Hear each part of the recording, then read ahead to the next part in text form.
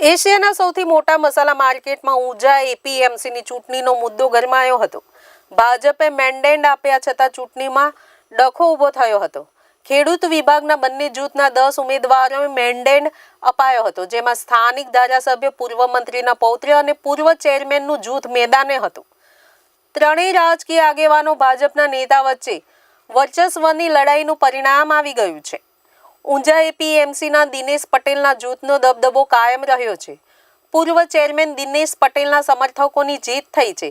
ખેડૂત વિભાગની 10 બેઠકો પર પરિણામ જાહેર થયા છે, જેમાં ભાજપ મેન્ડેટ ધરાવતા 5 ઉમેદવારોની જીત થઈ છે. બીજ પરોક્ષ રીતે કહી શકાય, કારણ કે અમે પણ મેન્ડેટ માંગ્યો હતો, પણ ઉપલા લેવલ ઉપર એમની કેવી રીતની મુસીબતો હોય, એમની કેવી રીતે ગણતરી હોય, એટલે અમને મેન્ડેટ મળ્યો હતો. અને અમને ખેડૂતોના દબાણ નીચે અમારે કોઈ મેન્ડેટ અમે ખેંચી શકતા નતા, કારણ કે ખેડૂતોનું દબાણ બહુ હતું.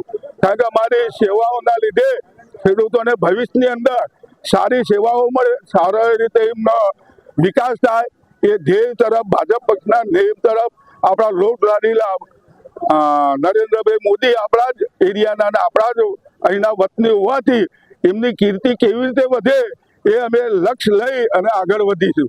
અમારી જીત માટે ગામડાના ખેડૂતોનો સાથ સહકાર મળ્યો છે અને ગામડાઓએ જે સહકાર આપ્યો છે, ગામડાના હામી અને ખેડૂતોના હામી કહેવાય એવા દિનેશભાઈ સાહેબ, એમને 5 મેન્ડેટ આપ્યા હતા, તો એ સાથે મેન્ડેટના સાથે ગામડાના લોકો રહી કે દિનેશભાઈ ખેડૂતોના હામી હતા, એમને સાથ સમર્થન કરવાનું કહ્યું હતું અને બધાએ ખેડૂતોએ મત આપી અને સર્વાનુમતે આખી પેનલને જીત જાહેર કરી છે.